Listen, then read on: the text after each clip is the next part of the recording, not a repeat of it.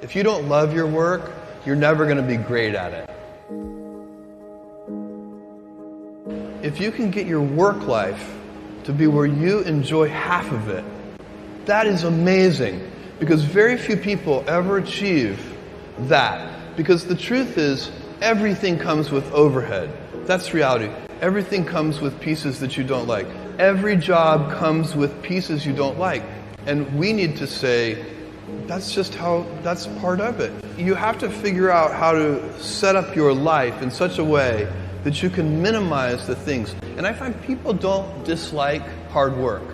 What people dislike is being out of control. Like, they can't control their life. They can't control their environment. This happens to me when I get overscheduled. I hate being overscheduled.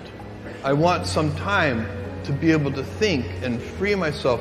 We all have the same amount of time in the world. Nobody has more time than anybody else. And when you become a very successful person, one of the things, you start to get overscheduled. If you don't love your work, you're never going to be great at it.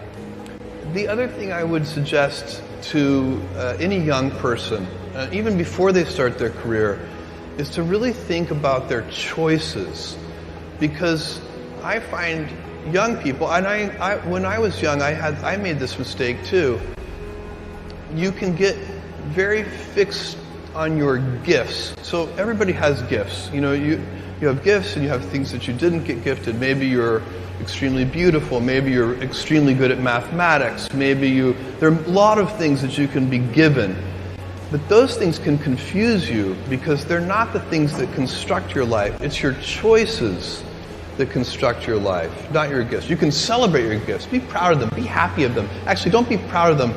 Be celebratory of them, but you can't be proud because they're gifts. They were given to you. You didn't earn them. You can only be proud of the things you earn. And so, as I got older, I started to realize I wasn't proud of my gifts. I was always good at school. School was always easy for me, and I was always proud that I was a great student. I got A's in all my classes. I was good at math, all of that. And I thought that's who I was. But it's not true.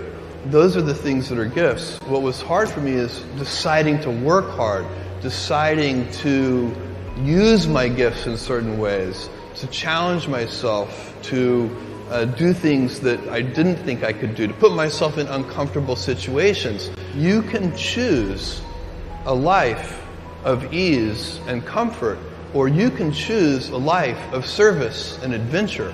Which one of those, when you're 90 years old, are you going to be more proud of? Tomorrow, in a very real sense, your life, the life you author from scratch on your own, begins. How will you use your gifts? What choices will you make? Will inertia be your guide, or will you follow your passions? Will you follow dogma, or will you be original?